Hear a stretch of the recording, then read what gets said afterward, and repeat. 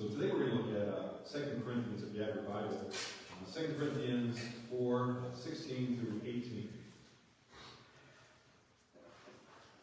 2 Corinthians 4, 6 through 18.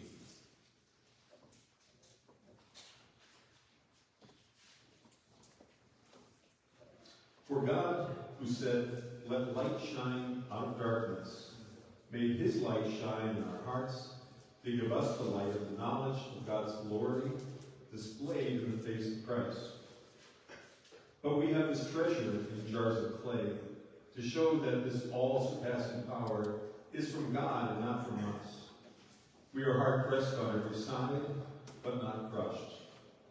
Perplexed, but not in despair. Persecuted, but not abandoned. Struck down, but not destroyed. We always carry around in our body the death of Jesus, so that the life of Jesus may also be revealed in our body. For we are alive. For we who are alive are always being given over to death for Jesus' sake, so that his life may also be revealed in our mortal body. So then death is at work in us, but life is at work in you. Amen. It is written, "I believed, therefore I have spoken." Since we have that same spirit of faith, we also believe and therefore speak, because we know that the one who raised the Lord Jesus from the dead will also raise us with Jesus and present us with you to himself. And this is for your benefit, so that the grace that is reaching more and more people may cause thanksgiving to overflow to the glory of God. Therefore, we do not lose heart, though outwardly we are wasting away, yet inwardly we are being renewed day by day. Amen. For our light and momentary troubles are achieving for us an eternal glory that far outweighs them all. So we fix our eyes not on what is seen, but on what is unseen. Since what is seen is temporary, but what is unseen is eternal.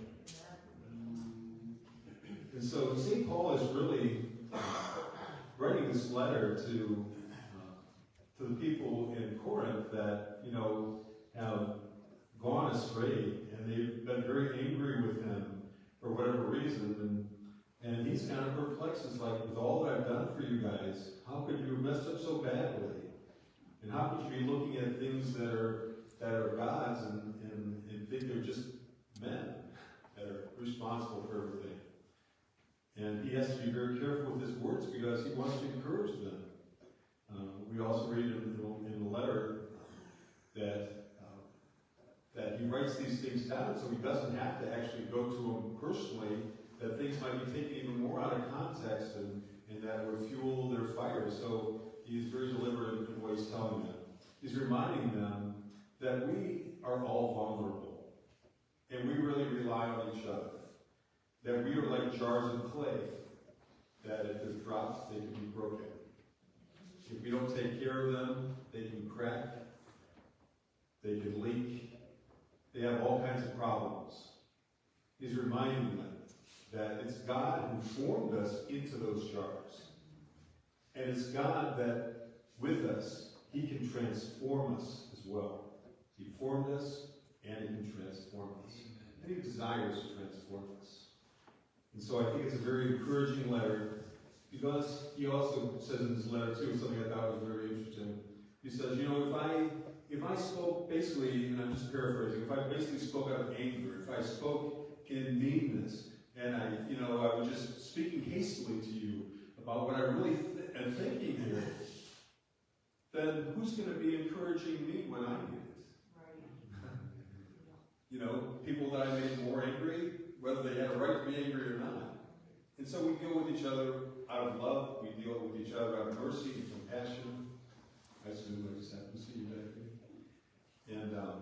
And I think it's a wonderful letter, just reminding us that it's God's working power in us, and that we're simply his hands and feet. We need to be a reflection, a mirror reflection of the face of Christ to those around us. So be encouraged. Blessed be the reading of his word.